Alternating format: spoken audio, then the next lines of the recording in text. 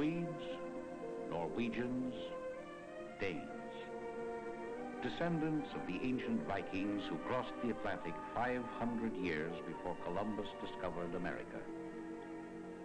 People who look much alike, speak similar languages, who live in Scandinavia.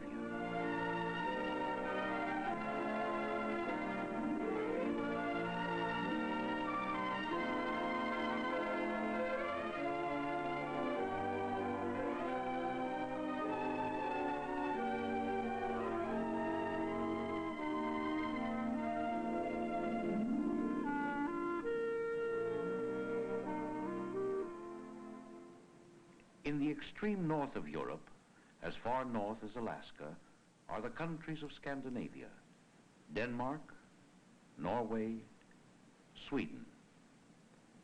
Much of Norway and Sweden lie within the Arctic Circle. Yet, for the most part, the climate is moderate, with warm summers and winters much like those in the northern United States. From the Gulf of Mexico, a current of warm water, like a river in the sea, flows northeastward across the Atlantic. This Atlantic drift, or Gulf Stream, and the westerly winds which blow from it, warm much of northern Europe, producing a temperate climate in these lands which would otherwise be very cold. Norway is tremendously influenced by the sea. The sea affects not only the climate, but the way in which the people live.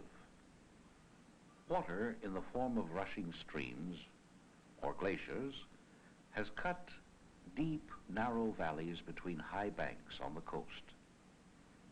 The sea flows into these valleys or fjords and reaches inland in places as far as 100 miles.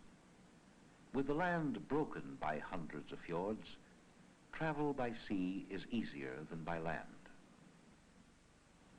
Just outside the fjords are more than 100,000 islands, which provide protection for the fishing vessels which make port in coastal villages and towns like Alesund.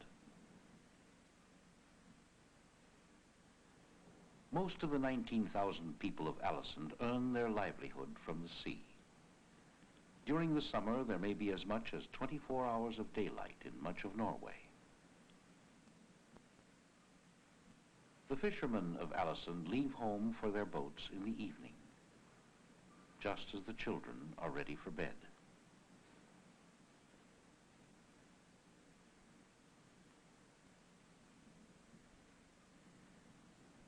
Ivar Molnes and his brothers fish the coastal waters in their own well-equipped trawler. The Norwegian coast is one of the world's great fishing grounds. Norwegian fishermen among the world's best and most prosperous. Even as the days grow shorter and the long nights begin to fall with the coming of winter, the men of Alesund search the seas for fish, Norway's greatest natural resource. As the boats come home to port, the catch is unloaded. Cod, herring, haddock, mackerel, sardines. More fish are brought ashore in Norway than in any other European country. Most of the catch is exported. Some fish are shipped fresh or frozen. Others, like cod, are salted and dried. Fishing and life on the sea is a Norwegian tradition. Grandfather Molnes was a whaler, as was his father before him. The children of Alesund will grow in this seafaring tradition, becoming fishermen and merchantmen themselves, traveling to the far corners of the earth. In Norwegian art, literature, music, and thought, the sea is never far.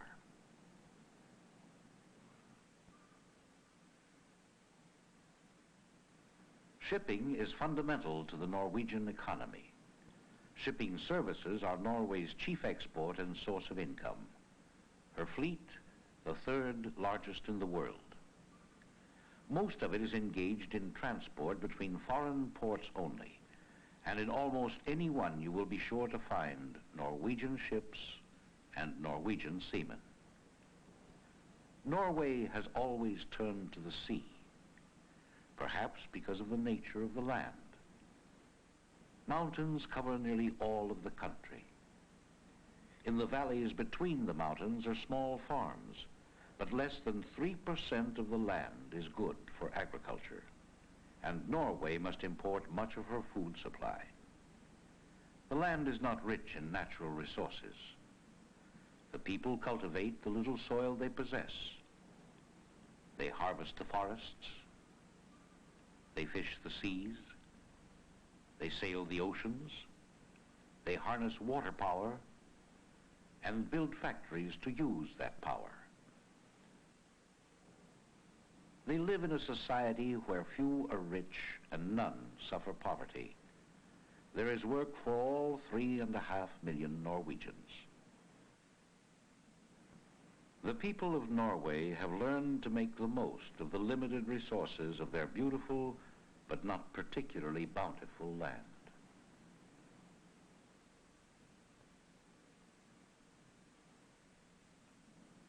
A peninsula jutting from the European mainland and about 500 islands make up the archipelago of Denmark, the smallest country of Scandinavia, one of the smallest in Europe, a land about half the size of the state of Maine. Here, no mountains or fjords or rushing streams. No empty wilderness of glaciers and forests as in Norway. Instead, mile upon mile of open farmland to which the people of Denmark have turned for their livelihood. Over 75% of the land is usable for farming.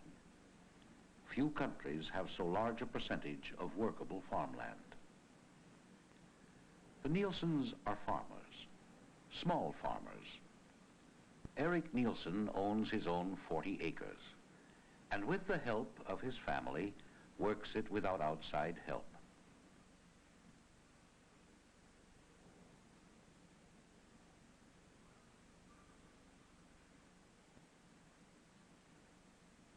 Their home is typical of Danish farmhouses.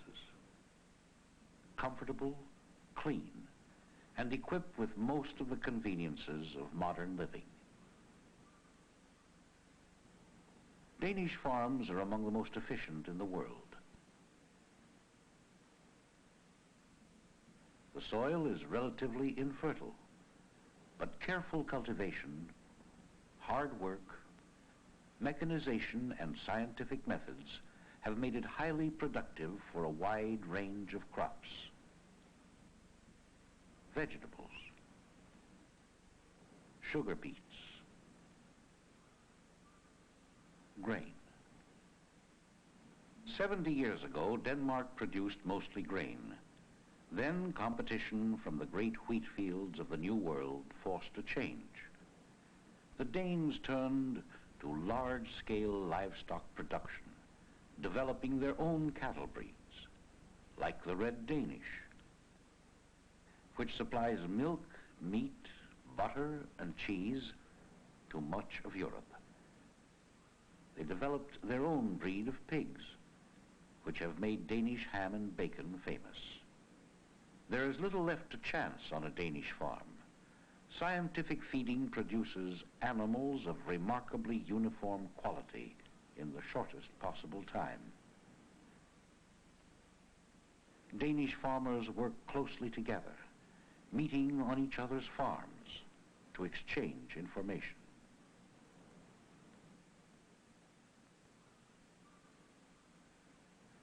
They study the latest agricultural methods and research findings. But cooperation goes beyond exchange of information.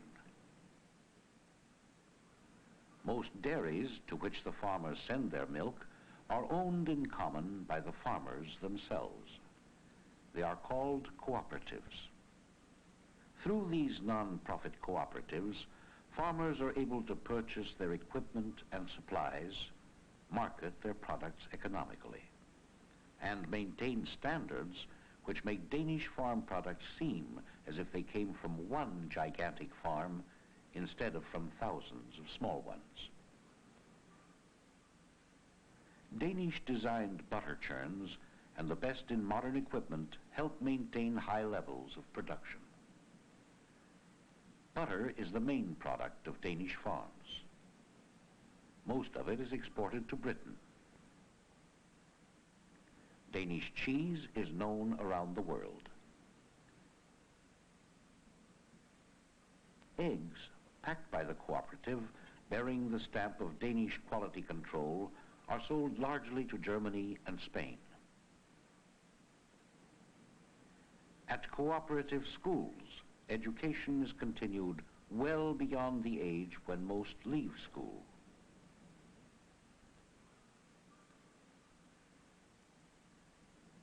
Farm families shop at cooperatively owned stores.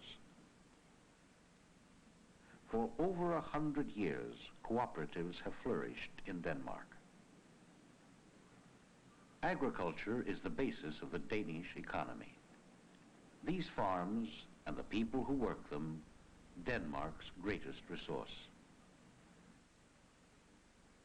There is limestone used in the making of cement under much of the country. But there is little else. Denmark is extremely poor in natural resources. Raw materials for industry must be almost entirely imported. Wood for the fine Danish furniture which has created a worldwide demand for itself.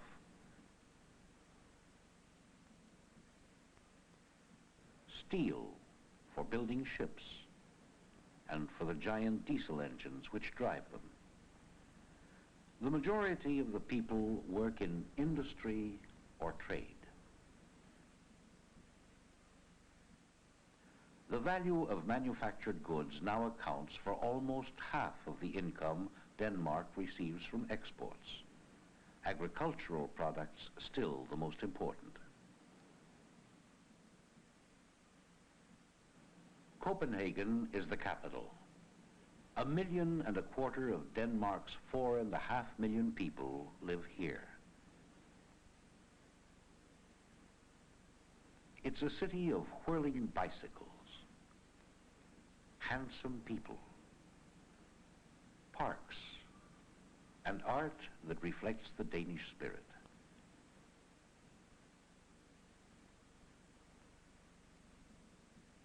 The Little Mermaid from the tales of Denmark's beloved Hans Christian Andersen looks out across Copenhagen's harbor. The people of Denmark, energetic, intelligent, educated, disciplined, have created a nation and a standard of living envied by much of the world, and done it in spite of an almost total lack of natural resources. The largest and wealthiest country of Scandinavia is Sweden. Both in size and outline, it resembles the state of California. In the northern two-thirds of the country, great forests of pine and spruce cover almost all of the land. Literally billions of trees cover well over half of Sweden. Mountains rise along the Norwegian border. From the mountains flow thousands of rushing streams. Rivers and lakes cover over 1/10 of the country. The farms of Sweden are in the south, where the land is much like that of Denmark, open, rolling, highly productive. While Danish farms are invariably small, those of Sweden range from a few acres to giant estates. From less than 10% of the land area, Sweden feeds herself abundantly well. The rich farmlands, the stately silent forests, the swift streams and rivers, the gray iron mines far north in the land of the midnight sun. These are the great natural assets of another people who have learned to use them well. Let us see how. 250 million trees a year are felled and driven down a unique network of rivers to the mills along the coast.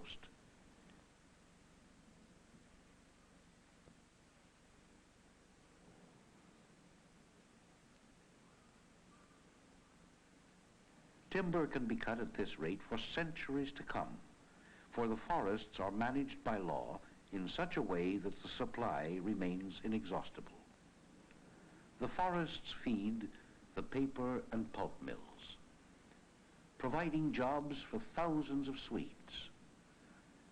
Forest products are Sweden's greatest asset as an export, accounting for nearly half of the country's total revenue from products shipped abroad.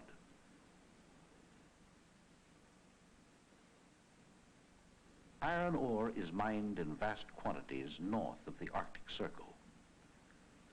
So much iron is here that 9/10 of it is exported, much of it through the Norwegian Arctic port of Narvik.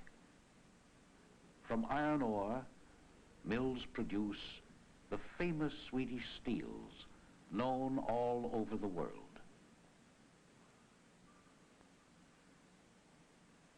Sweden is not a large-scale steel producer because of her lack of coal, indispensable in steelmaking. Neither is oil found here to produce power for this modern industrial nation.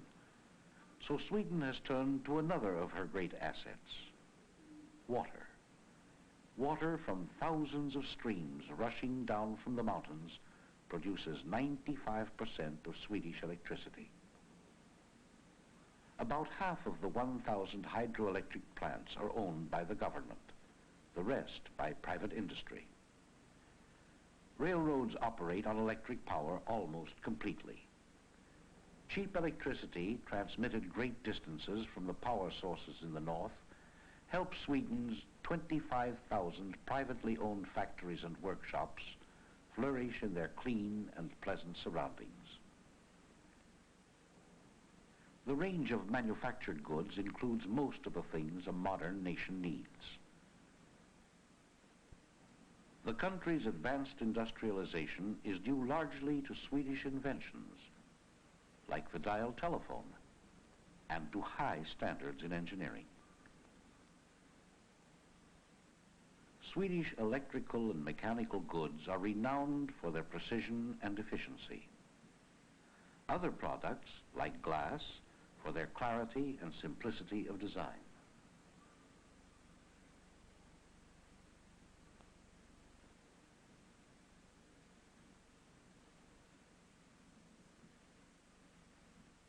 Swedish workmen enjoy one of the world's highest living standards. Ingmar Peterson works in a glass factory, 7 hours a day, 5 days a week. In their attractive homes, families like the Petersons have most of the material things which make life comfortable and secure. Ingmar Peterson has ample leisure time to spend at home with his family. The government pays him an allowance for each child under 15. He is entitled to at least 3 weeks vacation each year with full pay. He has both the time and income to enjoy the natural delights of his country. Should he become ill, he is paid a daily sickness benefit. Hospitals provide free medical care. There is an old age pension for everyone. Sweden believes that all citizens are entitled to a certain protection on the basis of need rather than ability to pay, and that ultimately society will gain by providing such care, as it gains by providing better education. Tuition fees have been abolished even at the university level. Everyone attends good schools in a publicly financed system. The teaching profession enjoys considerable prestige. Stockholm is Sweden's capital, a city built on a dozen islands. A city old in history and tradition, but as modern as any in the world.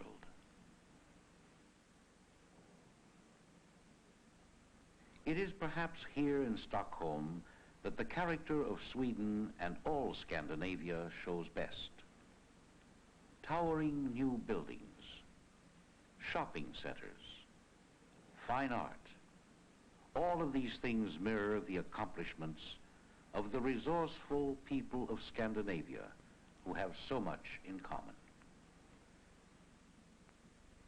Royal palaces stand in Stockholm, Oslo, and Copenhagen, but the people are not governed by their kings, rather by free democratic processes.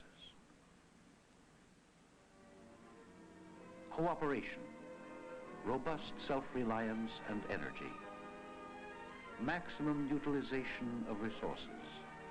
These are the keys to Scandinavia's success toward achieving what every nation wants: security and prosperity for all of the people.